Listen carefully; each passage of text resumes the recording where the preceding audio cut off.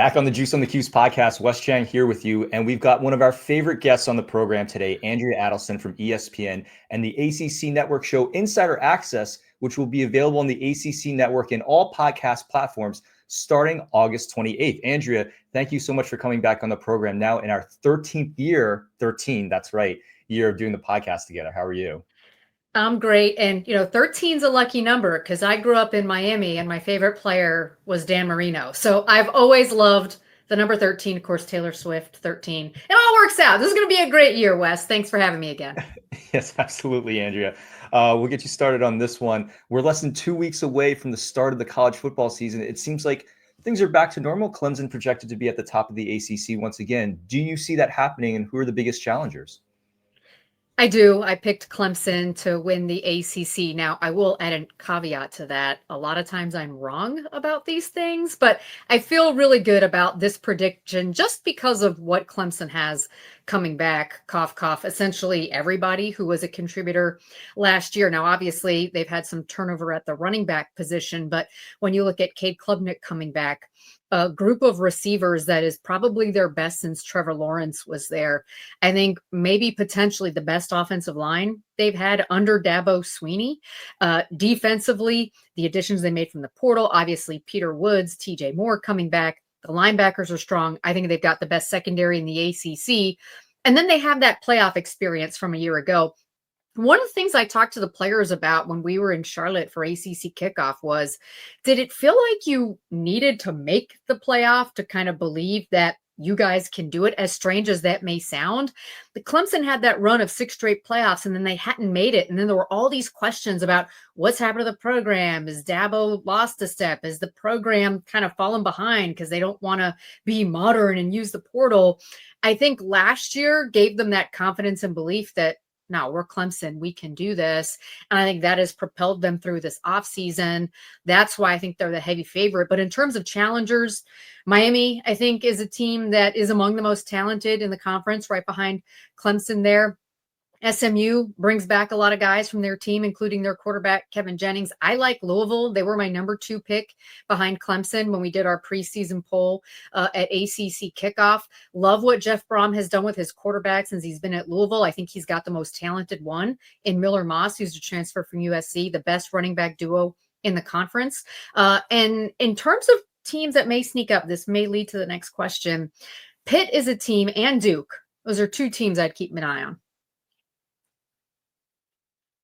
Well, let's talk about that a little bit more, because there's this, as you kind of alluded to, this glut of teams in the middle of the ACC. And typically speaking, like last year, Syracuse moving from that second or third tier group into the first tier. Are there any of those dark horse ACC teams in the preseason that can take a significant step this year?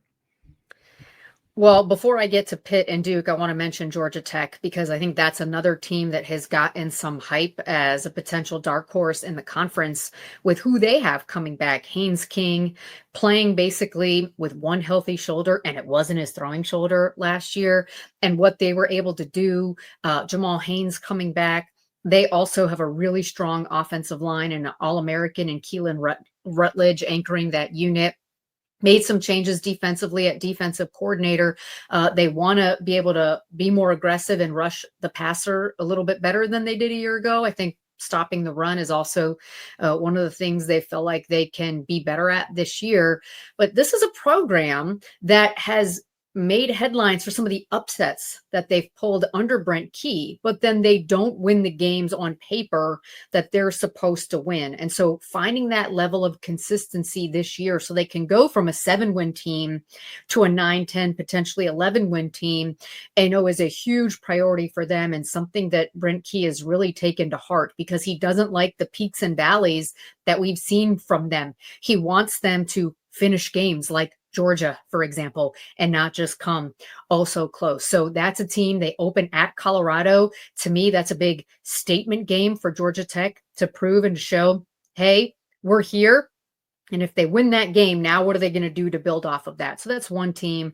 Pitt's a team last year that started off really strong, as you know, and then ended on a major losing streak. They lost out 6 straight. And so they bring back, again, a lot of their guys. They've got 2 preseason All-Americans. And if you look in the conference, Clemson's got a bunch, and then Pitt is next with these two.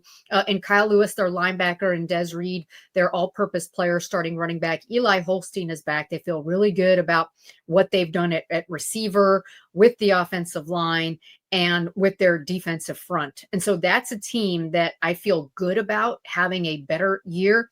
And Duke is a team, I know we shouldn't say like dark horse for Duke, because over the last 3 seasons, they've won 8 or 9 games, right? So this is a program that's kind of established a winning foundation. But there's some changes this year at quarterback, Darian Mensah coming in. But I think he's going to elevate them even further from where they were. They feel really good about the depth that they have on their offensive line this year compared to what they had a year ago.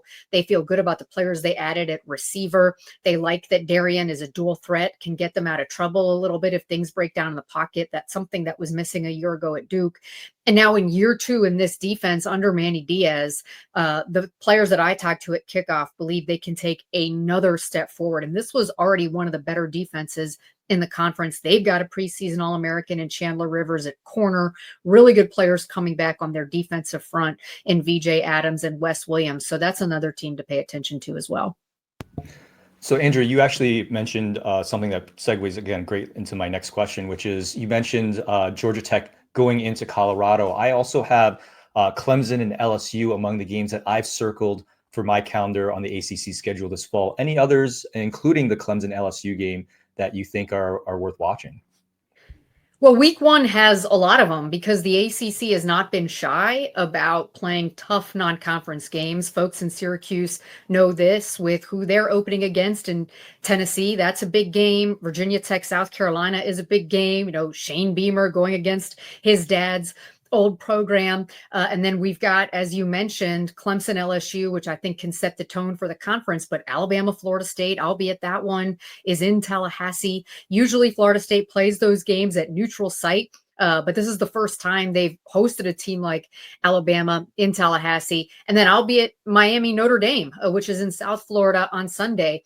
So for me, when you look at the headline type games, they have to win the big non-conference games, and it has to really be the programs that we all think are going to be good this year, because that's what sets the narrative for the conference, right? So when you're looking at Clemson, Florida State, Miami, those are generally speaking the 3 teams that people judge the ACC on. When they're good, people think the ACC is good. When they're not, people think the ACC is not. And certainly it's not fair to the rest of the 14 teams in the conference. But traditionally, that's been the way people view the conference. And for those 3 to open with 3 dynamite non-conference games is big time. And then you got Labor Day night, TCU, North Carolina. Oh, by the way, Bill Belichick, I'm sure you guys have heard of him. He's making his college football debut Monday night. All eyes on North Carolina. That's another big one to me because we're going to get our first glimpse. What is this going to look like at North Carolina? Nobody really knows what this Bill Belichick experiment is going to be for the Tar Heels. TCU is a really good team. I think one of the favorites in the clustered Big 12, which also has a bunch of teams that are going to be vying for that conference championship. So that's going to be a really fascinating matchup. And of course, you know, Duke, Illinois in week 2. I know a lot of people are like, huh? Well, Illinois is a preseason top 25 team. And if Duke is maybe going to be potentially a dark horse, they've got to win a game like that at home. So those are some of the non-conference games. But of course, in conference, you've always got the big ones. Clemson, Florida State is later this year. Clemson travels to play North Carolina, I think, first week of October. Miami's got Florida State, obviously, but they've also got Louisville in a Friday night game that I think is going to be fascinating for 2 teams that I think are going to be vying for a potential spot in the ACC championship game. So a ton of intriguing games, no question. But the first couple of weeks with these big non-conference, to me, are the ones the conference has circled. You actually mentioned this. You're segueing perfectly into my next question, Andrea. I'm podcast ready, Wes. you certainly are. 13 years here. I mean, it's got to be worth something. So you mentioned the Syracuse schedule. They open at Tennessee, as you mentioned, and I look at that schedule. That's a true gauntlet. I know that Fran Brown led his team to a 10-3 record last year, but that was with a different schedule, a different team. Can he get them to another bowl game in year 2, given that this is just an absolute gauntlet? It is a gauntlet, and it's a much tougher schedule than it was a year ago. Anybody who's compared the two understands that. I asked Fran about this at Charlotte. Hey, how are you going to handle not only like coming off of a 10-win season, trying to build on that, but now you've got a more difficult schedule? And he said, like, who cares? Like, winners don't whine about stuff like that. And he's right.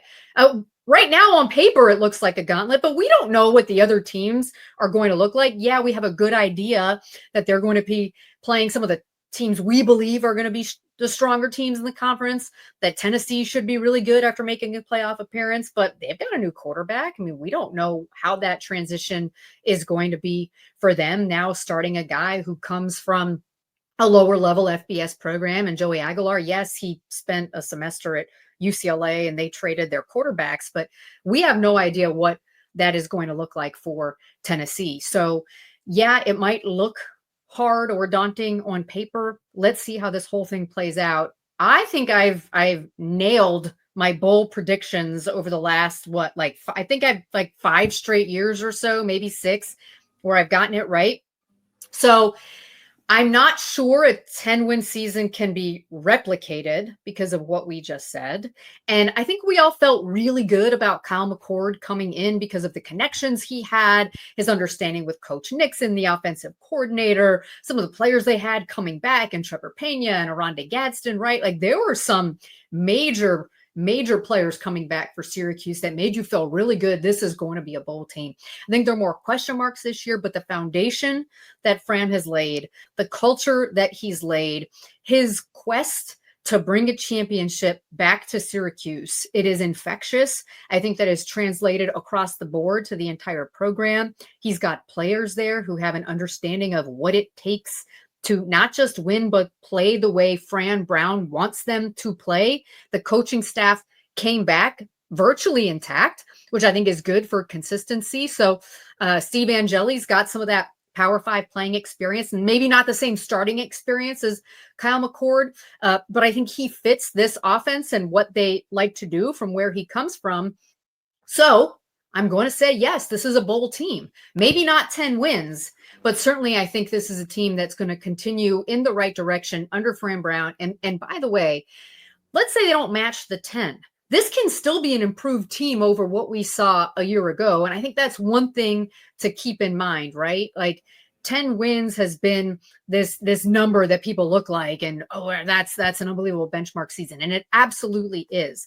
But sometimes there's things outside your control that makes things maybe a little bit more challenging, but your team improves every step of the way.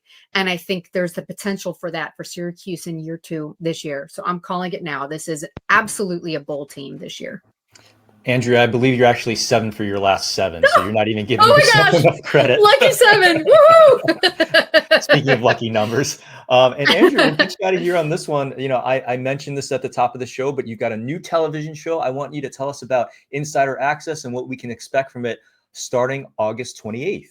Yeah, I'm so excited about this. So the show is coming back to TV, but we're going to be podcast form as well.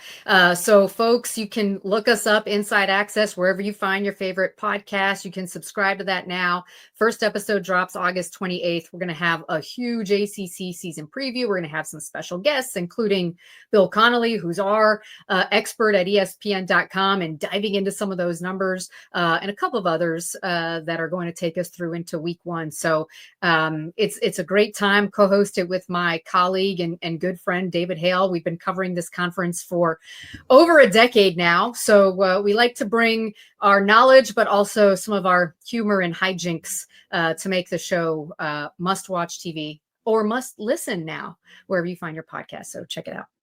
David Hale, another guest of this show. So it's a dynamic duo with Andrea. There you go. And a Syracuse grad. And a Syracuse grad. There you go. We got everything's coming up Millhouse here. Andrea, thank you so much. Again, ESPN.com's Andrea Adelson. Make sure to check out her show on the ACC network, Inside Access, starting August 28th, which you can also find across all podcasting platforms.